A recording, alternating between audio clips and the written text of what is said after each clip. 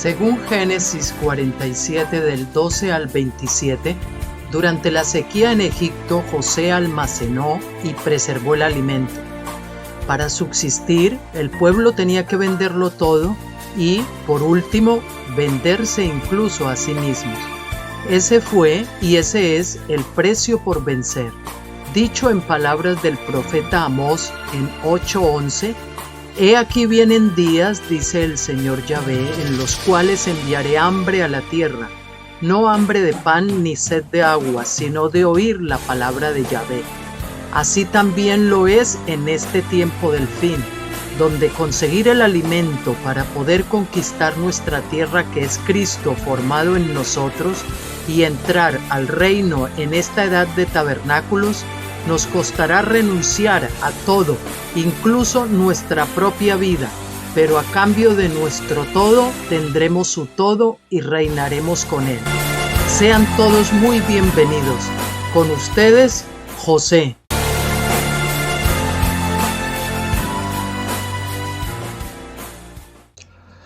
Buenas tardes, tardes aquí en España.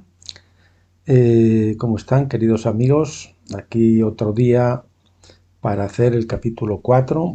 Hoy en realidad vamos a hacer el capítulo 4 y 5, haciendo al contrario que lo que hicimos con el 1, que como era muy largo lo partimos en 2.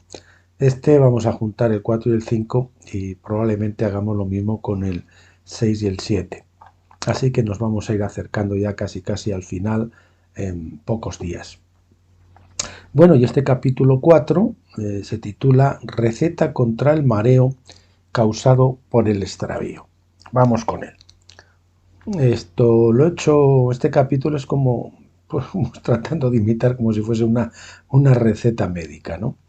La composición. Salgan de la rotonda del activismo, es decir, de dejar de dar vueltas y vueltas y vueltas y vueltas. Esa es la receta. O también entendiéndolo como salir de la parálisis del análisis para los que usan las mentes en lugar de las obras y que están todo el día maquinando aquí en el coquete. Esa es la composición de la receta, y la dosificación pues lo hacemos con este versículo. Así dijo Yahvé: Paraos en los caminos y mirad y preguntad por las sendas antiguas cuál sea el buen camino, buen en negrita, y andad por él, y hallaréis descanso para vuestra alma. Mas dijeron, no andaremos. Esto es texto de Jeremías 6:16, que venía pues casi en la portada del libro, como quien dice. Y ya saben que esto pues es como una sucesión de etapas. Hay que pararse cuando uno está extraviado, hay que mirar alrededor, hay que preguntar por las sendas antiguas, cuál sea el buen camino. Oye, fulano, ¿tú sabes cuál es el camino que me he perdido? Pues este no. Una vez que sabemos cuál es el buen camino, entonces es que tenemos que andad por él, y entonces es que allí precisamente hallamos descanso para nuestra alma, en el buen camino. Bien, estas son palabras de Yahvé, Dios, a su pueblo. No a extraños, palabras para creyentes, no para inconversos. Es decir, son aplicables a la Iglesia. La Biblia es para sus hijos. Para los inconversos es como leer el Espasa-Calpe. Apliquémonosla entonces. Démonos por aludidos al leerla. Paraos. Con anterioridad a las lavadoras automáticas existían las de turbina. Cuando apagabas la lavadora, la turbina dejaba de girar, pero el agua aún continuaba haciéndolo un poco más por inercia, pero a la postre se detenía también, porque había cesado la fuerza motriz que la impulsaba. Me acuerdo cuando estuve de misionero en la República Dominicana, pues yo creo que hace ya como, más de 15 años, tal vez 17 o por ahí. Ahí usábamos esta lavadora de turbina. A nosotros nos ocurre algo similar. Si queremos que nuestro ser interior, es decir, el agua, se aquiete, debemos aquietar nuestro ser exterior, que es la turbina. En efecto, cuando respiramos armónica y pausadamente, cuando detenemos nuestra efervescente y compulsiva locuacidad, o mejor dicho, nos callamos, cuando dejamos de movernos agitadamente y ralentizamos nuestro caminar, nuestras emociones y nuestra mente también tenderán al reposo y al descanso. Eso nos dice Isaías 35. Esto pues no es una fórmula mágica, ¿no? Y tampoco nos va a sanar, pero sí que nos va a ayudar a calmarnos, a aquietarnos, cuando cesamos pues todos los movimientos externos y el nerviosismo y la agitación y el correr de aquí para allá y el hablar rápido y el, no sé, y nos aquietamos, recuperamos cierta composición interior, cierta quietud interior, que es lo que necesitamos. Tú puedes hacer una meditación, no entendido como la meditación esos que hacen los yogis o cosas así, ¿no? Sino una meditación en el Señor y contando con el Espíritu Santo para que Él vaya relajando tu cuerpo, comenzando desde la coronilla hasta los pies. Y si le pides al Espíritu Santo que lo vaya haciendo, poco a poco verás que después de haberte aquietado un rato y haber estado con el Espíritu Santo en ese proceso de relajamiento, te vas a sentir mejor. Así pues, cuando uno se da cuenta de que se ha extraviado, lo mejor es parar en negrita. No continuar andando. Proseguir por un camino equivocado es perderse aún más, alejarse más del destino correcto. Debemos parar y aquietarnos hasta saber con certeza qué debemos hacer. Por eso cuando uno está agitado, no oye bien la voz del Señor. El silbo apacible solo se escucha en la quietud, en el sosiego, en la soledad, en la calma, no en el bullicio. Mirad, decía un anuncio de la televisión aquí en España hace muchos años, el algodón no engaña. En el anuncio, si pasabas el algodón por los azulejos de la pared, del baño o de la cocina y quedaba sucio, era que la pared no estaba limpia, aunque a simple vista lo pareciera. Asimismo, este texto bíblico parece exhortarnos a hacer la pertinente prueba de situación y orientación para saber dónde estamos. Para ello bastará que observemos objetiva y tranquilamente el paisaje que nos circunda y algunos otros detalles y observar atentamente para darnos cuenta. Es decir, en lugar de fingir y estar con una sonrisa y hacer cuando estamos en la iglesia alabando, levantamos las manos y ponemos cara como que estamos teniendo una visión o cosas así, y sabemos que es mentira, es decir, estamos fingiendo, estamos mostrando una piedad afectada. En lugar de eso debemos de reconocer cómo nos sentimos y cuáles son las circunstancias en nuestra vida que nos rodean. ¿Son circunstancias buenas o son circunstancias adversas? Hay que reconocerlo y no estar fingiendo que todo nos va muy bien y que todo está muy bonito y que por dentro estamos gozosos y alegres y que siempre tenemos que estar así. Eso es una mentira. Dice el Señor que si alguno está contento, que cante, y si alguno está triste, pues que ore. Eso es lo que nos dice el Señor. Es decir, que el Señor sabe que a veces podemos estar tristes. Él incluso dijo, mi alma está triste hasta la muerte. ¿Nos es familiar o extraño el ambiente? ¿De qué tipo es la vegetación? ¿De desierto, de arena o de oasis? Los frutos que estamos obteniendo son higos o abrojos. ¿Qué es lo que se supone que deberíamos estar contemplando según la guía turística bíblica? ¿Hemos interpretado correctamente el mapa guía? ¿Qué hora y fecha son? ¿Vamos adelantados o retrasados? ¿Sigue con nosotros el equipaje o lo hemos ido perdiendo por el camino? ¿Cómo están las reservas de combustible y las provisiones? ¿Estamos perdiendo viajeros en la caravana? ¿Se incorporan viajeros nuevos? ¿Empeoran las cosas o están mejorando? ¿Estamos endeudados hasta las cejas y trabajando para los bancos del sistema babilónico o llevamos al día la sencilla cuenta de la vieja aunque vivamos del pan necesario? ¿Estamos perdiendo el aceite, entre comillas, es decir, la unción del motor? Etcétera, etcétera. Una pregunta muy simple lo resumiría todo. ¿Estamos marchando con vaselina o con calzador? Vamos a las trancas y rozándonos el pie contra el muro como le ocurría a Balaam, o la cosa está fluyendo armoniosamente en nuestras vidas. Números 22-25, el pasaje de Balaam. Porque la vida en el espíritu es con vaselina, sin esfuerzo, en armonía con el Creador y su creación, pero la vida en la carne es siempre a contrapelo, con calzador y con fricción. Repetimos enfatizando, la vida en el espíritu es con vaselina, sin esfuerzo, en armonía con el Creador y su creación, pero la vida en la carne es siempre con calzador, a contrapelo, con fricción. Preguntad, no es de ignorantes sino de sabios. No temamos pedir ayuda o consejo por miedo a parecer tontos. Pero ¿a quién pedírsela?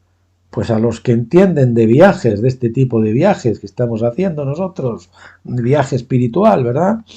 A los que conocen el viaje a la madurez, a los que conocen el camino hacia el lugar al que queremos ir, porque ya estuvieron allí, a los que tienen la fruta en el árbol, a las vírgenes prudentes que tienen aceite no solamente en sus lámparas, es decir, en sus espíritus, sino además en sus vasijas de reserva, es decir, en sus almas, a los que han renovado también sus almas, a los que están rebosando y pueden vender parte de su aceite, Mateo 25, lo de las lámparas, las vírgenes también, ¿no? A los que tienen una unción manifiesta en su porte, autoridad, aquellos que transpiran paz, gozo y frutos espirituales, aquellos que exhalan perfume de Cristo para vida o para muerte, a los que tienen su antena parabólica siempre sintonizada con la emisora, a los que todavía su sal sala y no ha perdido su sabor, casi con seguridad que la mayoría de ellos no serán los que ahora están al frente, sino aquellas Marías, entre comillas, que han estado esperando en oculto a los pies del Señor y mientras tanto haciendo las tediosas tareas de rutina que se les encomendaron, o aquellos como los profetas que escondió en la cueva a pan y agua, ¿verdad?, que han estado ocultos y el Señor los ha estado manteniendo, preparándolos para la hora precisa. Aquellos a los que tras una larga noche de olvido y silencio en la oscuridad, el Señor les ha hecho florecer y fructificar sus varas en señal de otorgamiento ministerial, como ocurrió con la vara de Aarón. Los demás querían competir con él, pero sus varas no florecieron. La de Aarón sí floreció, brotó hojas, almendras y esa es la señal de la resurrección, de la vida de resurrección, que es allí donde queremos llegar precisamente cruzando el Jordán. No aquellos autonombrados o nombrados solamente por los hombres, números 17 del 1 a 11, pero también recomendamos sobre este tema de la vara de Aarón y demás, autoridad espiritual de Wasman Nee. Ese libro es fundamental, sobre todo si tú estás comenzando, porque esa es la base. Si no entendemos el principio universal más importante que hay en términos espirituales, que es el de la autoridad, no podemos ni siquiera comenzar el camino. Esa es la base sobre la que se construye todo lo demás, el marco sobre el que se tienen que colocar todas las piezas del puzzle. Hágase un exhaustivo examen de cada estación recorrida, de cada paso dado. Realícese con objetividad y valentía. No continuemos a ciegas por timidez, temor o vergüenza. Que no nos asuste levantar las alfombras, sino lo que nos ocurrirá si no lo hacemos. Pues a la postre, más tarde o más temprano, no nos quedará más remedio que hacerlo, o Dios lo hará, y nuestra desnudez será manifiesta y vergonzosa. Josué 7.1 y siguientes, Apocalipsis 3.18. Podemos tratar de disimular, pero ¿qué de ese balido de ovejas y bramido de vacas que se oye en la trastienda? ¿Nos delata o no nos delata? Eso lo tenemos en Primera de Samuel 15, versículo 14. Perderse, puede entrar dentro de lo normal, pero persistir en un camino que se sabe confundido para ir a ninguna parte es de necios. Y todo por guardar las apariencias. 1 Samuel 15:30. Persistir en un camino que se sabe confundido para ir a ninguna parte es de necios, enfatizamos. ¿Y quién conoce los designios de Dios sino su Espíritu? ¿Quién nos mostrará esas cosas grandes y ocultas que nuestro corazón tanto anhela? ¿Quién escudriña las sendas de Dios sino el Espíritu de Dios? 1 Corintios 2:10 y Jeremías 33:3, el famoso teléfono de Dios, clama a mí y yo te responderé. ¿No ofrece este pasaje una invitación a los caminantes extraviados a orar? Con sinceridad. Dios ya sabe cómo te encuentras, así que sé sincero. Dios nuestro, nos damos cuenta que nos hemos perdido por el camino. Reconocemos que la culpa es nuestra por soltarnos de tu mano. No vamos a tratar de disimular u ocultar nuestro fracaso espiritual con actividad carnal. Padre, estamos dispuestos a esperar sentados y quietecitos el tiempo que haga falta para que tú nos saques de este lodazal en el que nos hemos metido. Estamos incluso preparados para regresar atrás, para volvernos al lugar de donde nos salimos del camino. Apocalipsis 2:5, mira dónde has caído y arrepiéntete. Hubo un punto del camino que te saliste, regresa allí que el Señor te está esperando allí.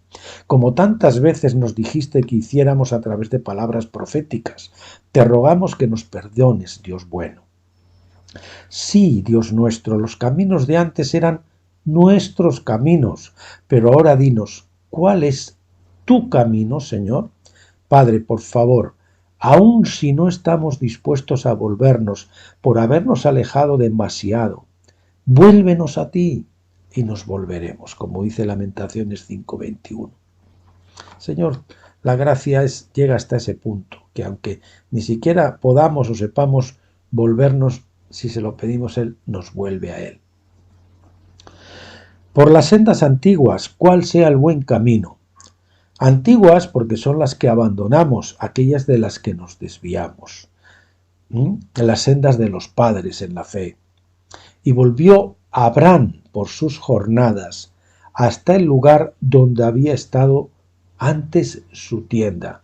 Este pasajes de Génesis 13:3, donde vemos que Abraham, después de haberse metido la pata y descender a Egipto, que es donde no tenía que haber ido, tuvo que regresar atrás sobre sus propios pasos, es decir, deshacer el mal camino andado. Sí, amados, de nada ha servido ese camino andado al margen de Dios. Ahora tendremos que regresar por nuestras jornadas, es decir, sobre nuestros pasos, hasta el lugar en que nos desviamos y hacer allí lo que nos negamos a hacer en su día, o deshacer aquello que construimos sin el mandato de Dios y luego proseguir ahora sí en su camino. Muchos pastores van a tener que deshacer sus enramadas, sus iglesias, sus ismaeles, los van a tener que echar fuera. Sí, es seguro que tendremos que despedir al Ismael que nuestra carne engendró, junto con su madre esclava, el viejo pacto, en el lecho de nuestra impaciencia. La impaciencia siempre es una mala consejera, el Señor nunca tiene prisa. Nosotros siempre, pero el Señor nunca. Pero ¿cuál es nuestro Ismael? Nuestro Ismael es la madera, el heno y la hojarasca, las obras muertas o separadas de Dios, el ministerio que nosotros y no Él hemos creado. Eso es lo que le ocurrió a Abraham, quien todavía no era Abraham, que como no obedeció al Señor, o más bien solo obedeció en parte, quedó velado y se perdió descendiendo a Egipto. Noten la palabra descendiendo. Caminar hacia el mundo siempre es hacia abajo, a donde nunca debió haber ido. Bajó, pero tuvo que volver a subir. Génesis 12:10, 13:1. Caminar al margen de Dios es siempre descender de nuestra posición espiritual, mientras que volverse a Dios es girar 180 grados y remontar. No es por casualidad que Lot signifique velo. La escritura, Abraham se llevó a Lot y entonces empezó a caminar con un velo, cegado o viendo a medias, viendo turbiamente. Enfatizamos, tendremos que despedir, y esto duele, al Ismael que nuestra carne engendró junto con su madre la esclava el viejo pacto, en el lecho de nuestra impaciencia. Sí, amigos, Abraham, el padre de la fe, no tuvo la fe suficiente para obedecer a Dios completamente. Dios le mandó salir y lo hizo, pero con retraso y llevando consigo a su casa y a su parentela. Las dos cosas que le había dicho el Señor que no llevara, le dijo, sal de tu casa y de tu parentela, pues él se llevó la casa y la parentela. Probablemente, creo yo, más bien fue arrastrado de la oreja por Taré, su padre, y en contra de las órdenes específicas del Señor, pues no solo se llevó a su sobrino Lot, sino que también se llevó a su padre Taré. Sabemos esto porque Abraham fue llamado, o Abraham en este caso fue llamado en Ur de los Caldeos, en Hechos 7:2, pero la escritura nos lo muestra en Harán, si, más o menos si está un poquito, digamos, aquí al oriente, está, por decirlo de alguna manera, aquí al oriente, esta mano, yo estoy viendo al revés en el espejo, por eso no me sale. Déjenme que cambie esto aquí, vamos a ver. Es decir, si Abraham estaba aquí en esta posición, en Ur de los Caldeos, luego lo vemos aquí en Harán, que está arriba, al norte arriba, en lugar de estar abajo, al sur, que es donde quedaría Israel, que es donde tenía que ir. Es decir, al ir velado, al ir con Lot y con Taré, que significa mora, lo vamos a ver luego, él se fue velado, confundió el camino, fue hacia el norte en lugar de hacia el sur, y además, pues eso le retrasó, obviamente, porque Taré, el nombre de su padre, pues quiere decir mora o retardo. ¿Será casualidad que Taré signifique mora o retardo? Génesis 11:32. Para mayor abundamiento sobre esto, véase el libro Transformados a su semejanza, también titulado El Dios de Abraham, de Isaac y de Jacob, de Wasman Nee. Es un libro realmente espectacular, se lo aconsejo que lo busquen. Démonos cuenta que los escarceos separados de Dios solo nos complican, ciegan, extravían y retardan. Si quieren buscar los enlaces, aquí ven que estos títulos están enlazados y si se hace clic le conducen al enlace. Pueden buscar en el blog Tabernáculos o en el blog Finisterre el libro nuestro y allí lo pueden obtener los enlaces. Bien, démonos cuenta que los escarceos separados de Dios solo nos complican, ciegan, extravían y retardan. Inexorablemente tendremos que volvernos después al punto en cuestión y obedecer. Recalcamos, y obedecer, si es que verdaderamente queremos seguir creciendo en el Señor. De todos modos, deberemos acometer aquellas dificultades que circunvalamos, esquivamos. Saltar las vallas que en la carrera nos colamos por debajo, acción que aparentemente nos hizo llegar a la meta primero o al mismo tiempo otros que saltaron las vallas adecuadamente en lugar de colarse por debajo, pero causó nuestra descalificación por el juez de la carrera después. A mí me recuerda esto aquel que caminaba en el libro del peregrino de John Bunyan y caminaba en paralelo con él pero al otro lado de la valla, pero que no era el camino oficial. Pero eso a la larga, él fue durante el camino un trozo muy largo y parece que iban en paralelo y juntos y se veían el uno al otro, pero hubo un momento que aquel camino a ese que iba en paralelo le llevó pues a la perdición, ¿verdad? Pues así ocurre con aquellos que no cumplen las reglas o que tratan de ir en la carne en lugar de ir en el espíritu. Incluso las obras buenas de la carne son carne y por tanto no son aceptables a Dios y tendremos que desecharlas, deshacerlas. Hay una confusión muy grande con las obras buenas para los cristianos, que piensan que tenemos que hacer obras buenas. No, no, las obras, las únicas que tenemos que hacer, las que el Señor nos manda que hagamos. Recordemos que tanto el bien como el mal proceden del mismo árbol, el árbol del conocimiento del bien y del mal. Es decir, conocimiento del bien y del mal, tanto del bien como del mal. Pero no del árbol de la vida. Aunque hubiésemos alimentado o sanado a todo el continente africano sin el mandato del Señor, no nos será contado. Más bien escucharemos la reprensión: nunca os conocí, alejados de mí, hacedores de maldad, que le dijo el Señor a esos siervos que se jactaban de que habían hecho muchos milagros en su nombre, en Mateo 7:23. Repetimos, recalcamos, aún las obras buenas de la carne son carne, y por tanto no son aceptables a Dios, no pasarán la prueba, y tendremos que desecharlas, deshacerlas. Nos queda por consuelo que si el padre de la fe, Abraham, fue un hombre igualito que nosotros, pues no tenía tanta fe, y Dios pudo hacer tan magna obra con él, nosotros no tenemos menos esperanza. Y andad por él. Solo vueltos al camino correcto podremos echar a andar y no antes. Y hallaréis descanso para vuestra alma. Mi yugo es fácil y ligera mi carga, dice Mateo 11:30. De lo que se deduce que si nuestro yugo es difícil y nuestra carga es pesada, no son ni el yugo ni la carga del Señor.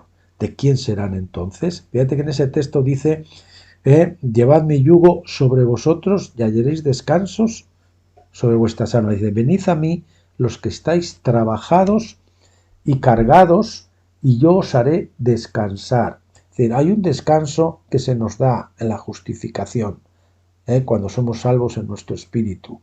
Pero luego viene un descanso por llevar el yugo del Señor, que es un yugo fácil y ligero. Y cuando llevamos ese yugo fácil y ligero del Señor, contrariamente a lo que podríamos pensar, cuando estamos sometidos a Él, completamente rendidos, entonces hallaremos descanso por nuestra alma. Este no se nos da, es un descanso que se halla, y se halla por obedecer al Señor, por seguir al Señor en plena sumisión. Mi yugo es fácil y ligera mi carga, Mateo 11:30, de lo que se deduce que si nuestro yugo es difícil y nuestra carga pesada, no son el yugo ni la carga del Señor. ¿De quién serán entonces? Pregúntese usted, si su carga no es fácil y no es ligera, la está llevando usted en su carga, o no es en su carne, o no es una carga que el Señor le ha encargado que lleve usted y la debe de dejar, la debe de abandonar. Repetimos, enfatizamos: si nuestro yugo es difícil y nuestra carga es pesada, no son ni el yugo ni la carga del Señor. ¿De quién serán entonces? ¡Qué maravilloso! Si andamos por el buen camino, no nos cansaremos, y si corremos no nos fatigaremos, porque los que esperan en el Señor tendrán nuevas fuerzas, levantarán alas como las águilas, correrán y no se cansarán. Han aprendido a volar, se han sometido al Señor, no han permitido que se les eche del nido y se les lance al abismo una y otra vez, pues para que vean que realmente la mano de mamá águila los sostiene y los remonta otra vez.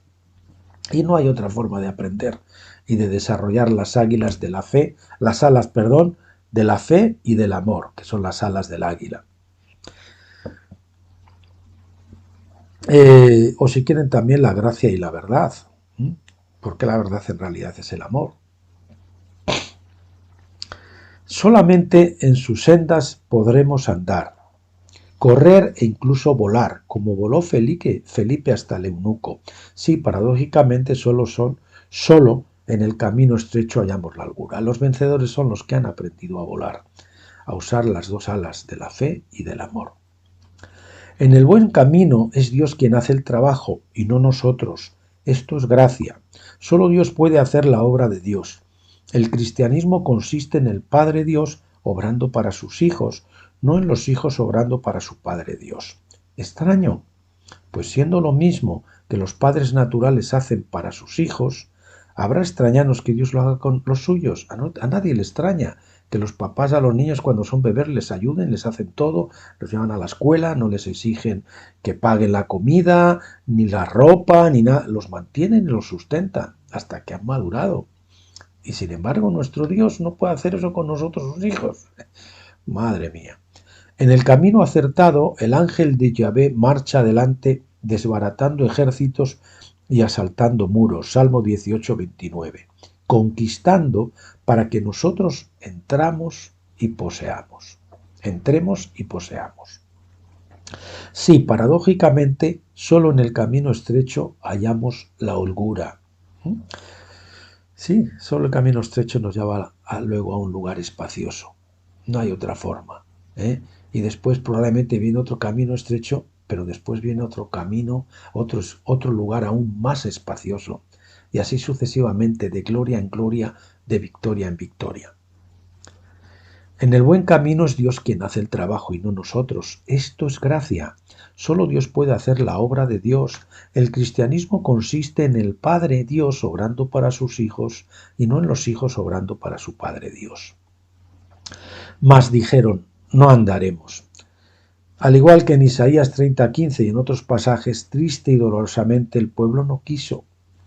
El pueblo se negó a obedecer las palabras de los profetas, no quiso retornar a las sendas antiguas, y el Señor tuvo que decirles, ¿con que no queréis caldo?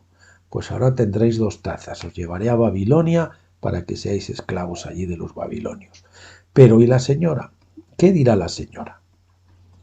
Bien, comenzamos con el capítulo 5, palabras de consuelo para la señora, el último gran avivamiento, Uga.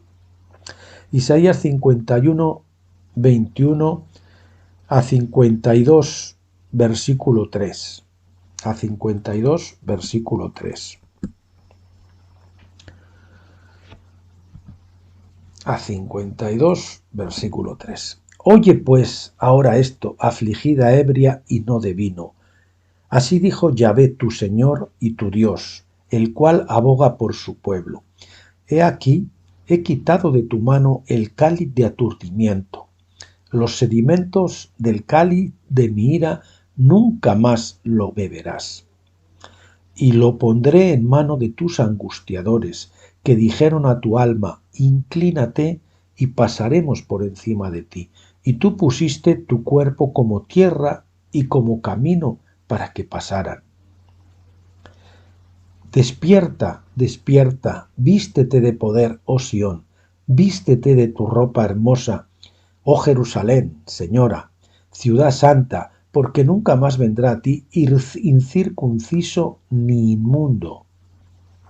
Sacúdete del polvo, levántate y siéntate. Jerusalén, suelta las ataduras de tu cuello, cautiva hija de Sión, porque así dice Yahvé, de balde fuisteis vendidos, por tanto sin dinero seréis rescatado. Son unas palabras de consuelo porque los mensajes proféticos a la postre, aunque después de la reprensión siempre nos traen la esperanza y el consuelo. Dios es un Dios de amor y de gracia. Afligida, ebria y no de vino. La aflicción verdaderamente ha sido tremenda. La señora lo ha pasado mal. El sufrimiento ha sido grande y duradero. Hemos apurado el cáliz de la ira de Dios hasta las heces.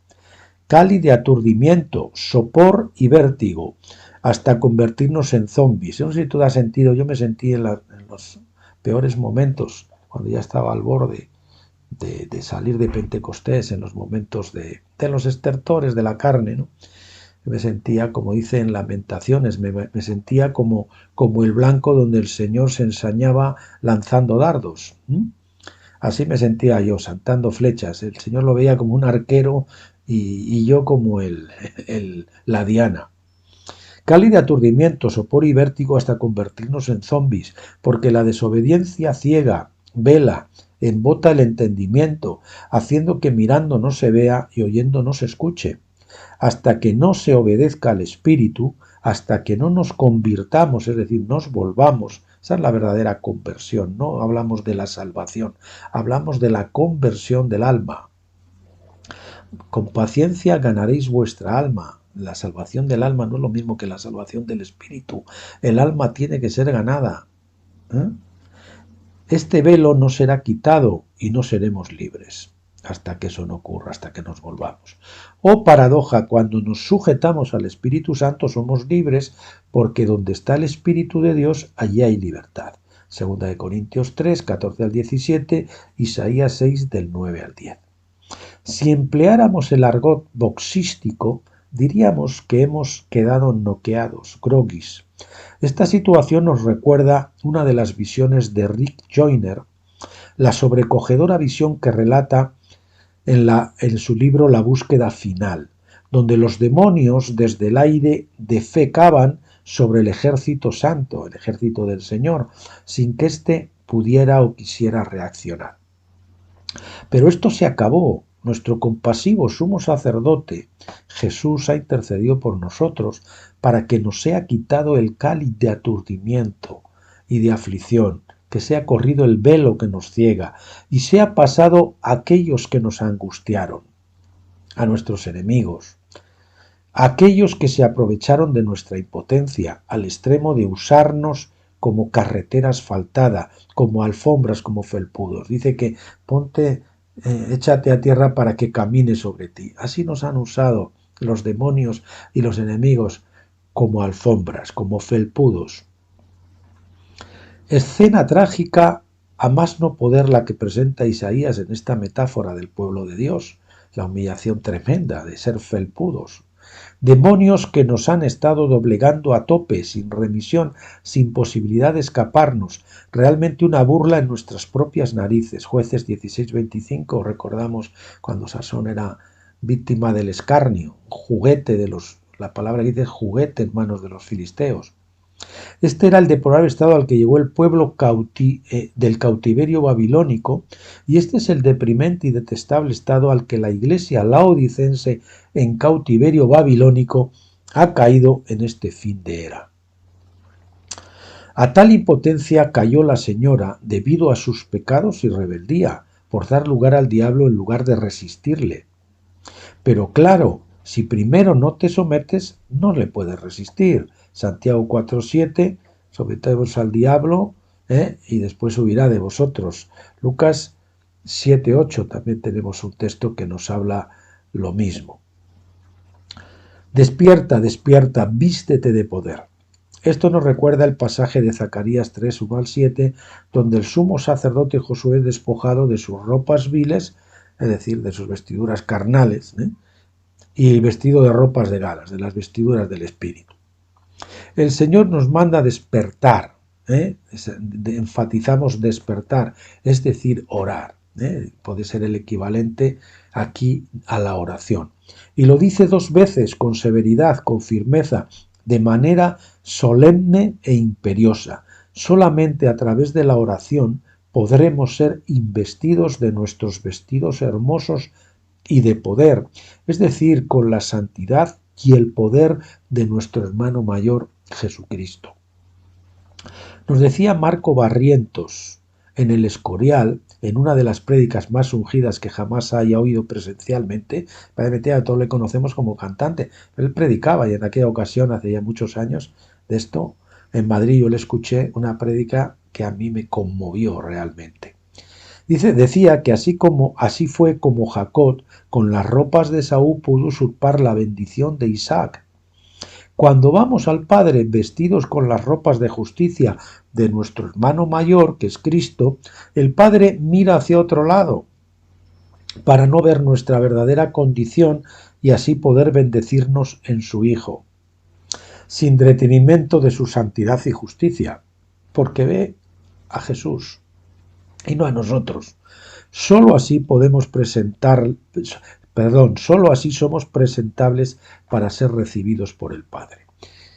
Enfatizamos, cuando vamos al Padre vestidos con las ropas de justicia de nuestro hermano mayor Cristo, el Padre mira hacia otro lado para no ver nuestra verdadera condición y así poder bendecirnos en su Hijo sin detrimento de su santidad y justicia. Ya es tiempo de vestir nuestras mejores galas como se hacía en los domingos de antaño, para recibir al retoño, al renuevo que está a la puerta. Así, vestidos, ¿quién os hará venir contra nosotros? Romanos 8:31, si Dios es por nosotros, ¿quién contra nosotros? Decía nuestro amado Wasman Nee que la invitación al banquete de bodas con el rey solo será enviada a los que posean no solamente la túnica blanca de justicia o la salvación del espíritu, sino además el vestido real o de boda de la salvación del alma, el vestido de lino bordado y resplandeciente. Salmo 45, 14, Mateo 22, del 11 al 14.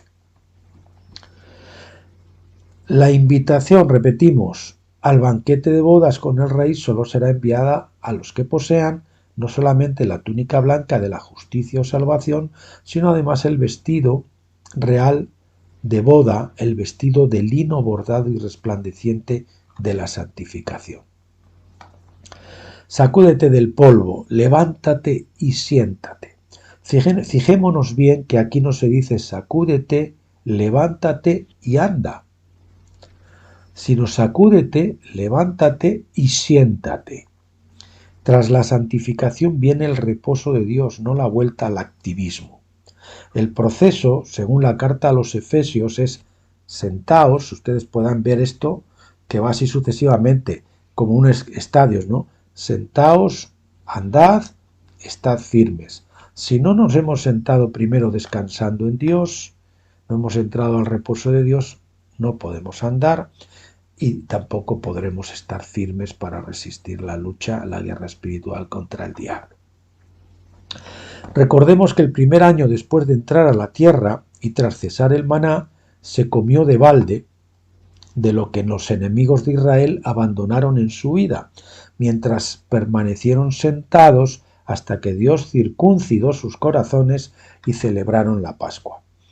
Sin dinero seréis rescatados. El precio ya se pagó, solamente se nos llama a despertar, orar. Gloria a Dios, gracias Señor.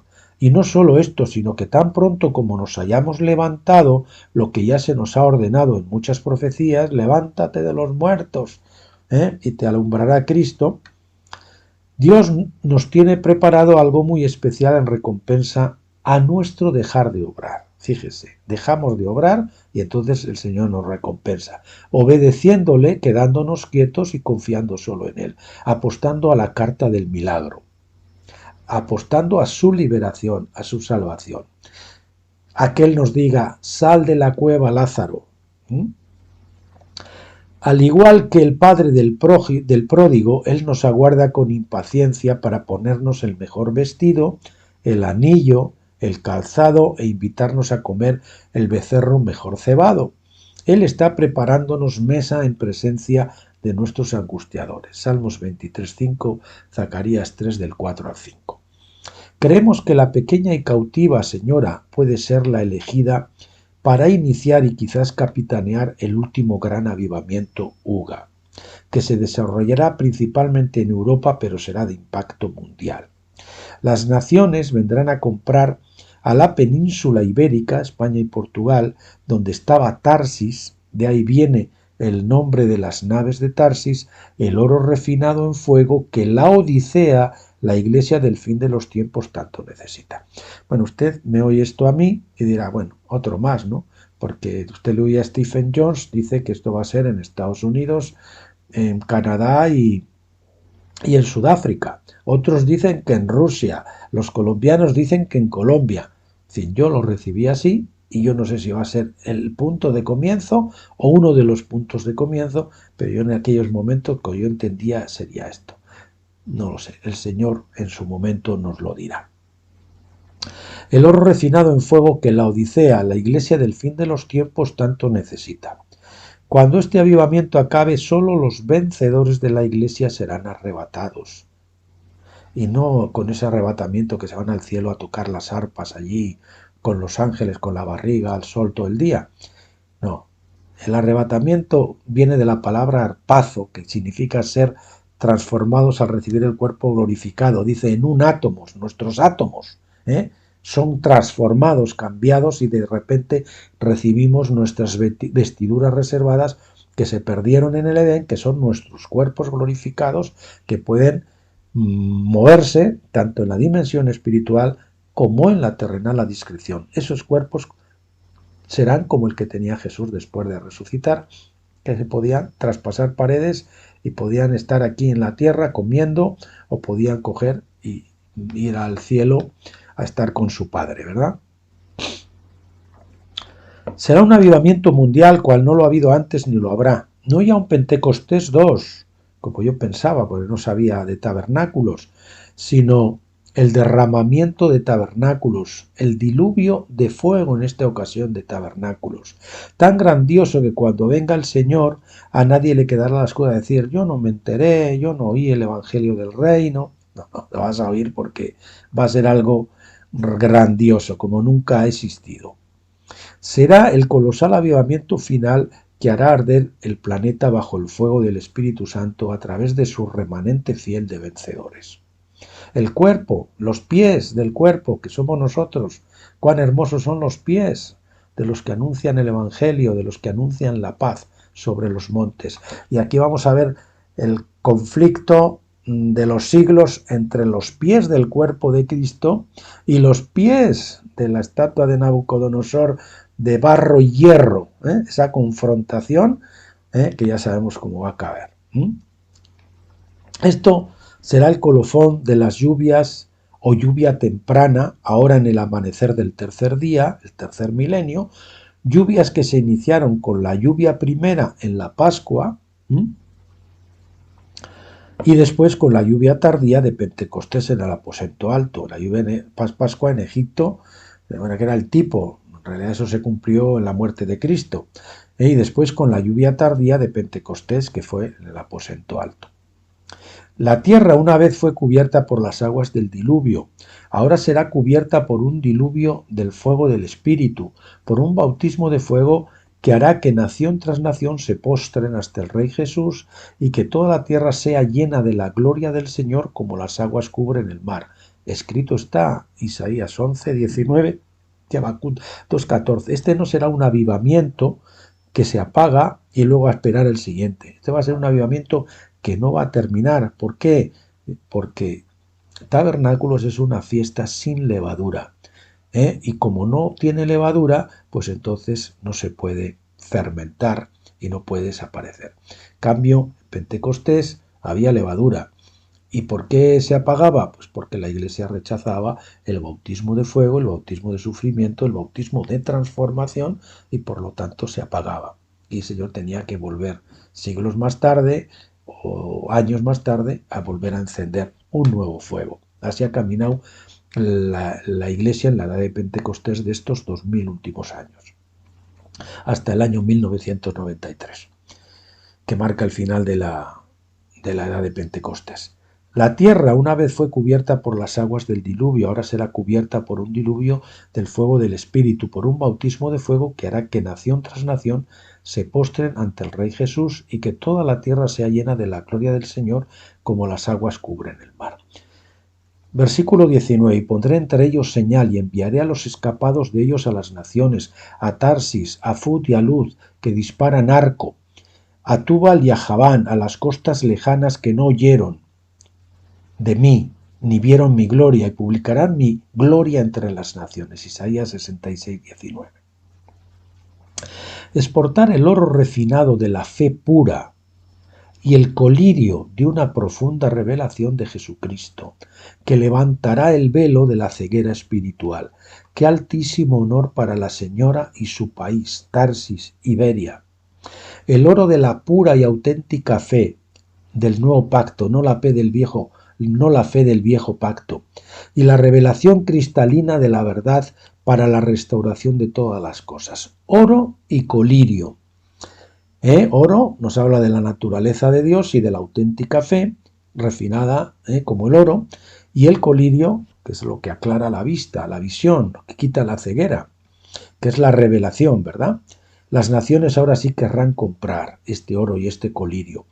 Fe en la completa palabra de Dios, en el clímax de la revelación de todas las dispensaciones, en la restauración de todas las cosas, en la reunión de todas las cosas en Cristo, en la culminación, en la omega. Cristo es el alfa, pero también es la omega, en la manifestación de nuestro Señor Jesucristo en su segunda venida con sus vencedores, con su cuerpo. Ahora se manifiesta el cuerpo, y en la fiesta de tabernáculos, desde este avivamiento, al final este avivamiento es la cabeza se une con su cuerpo en la segunda venida de Cristo. Se unen con sus vencedores. Y bien, hasta aquí hoy, capítulo 6, veremos el próximo día, 6 y 7, el capítulo 6, que es decisión y compromiso, que es tomar la decisión de que hay que entrar a este río de la bendición. El río de la bendición es el Jordán, que aunque es el río de la muerte, es el de la bendición porque es la muerte a nuestra naturaleza carnal, al viejo hombre, y es entrar a la vida victoriosa, al reposo de Dios, al salón de Dios, a la vida en el Espíritu, a andar en el Espíritu. Que Dios les bendiga, pásenlo bien.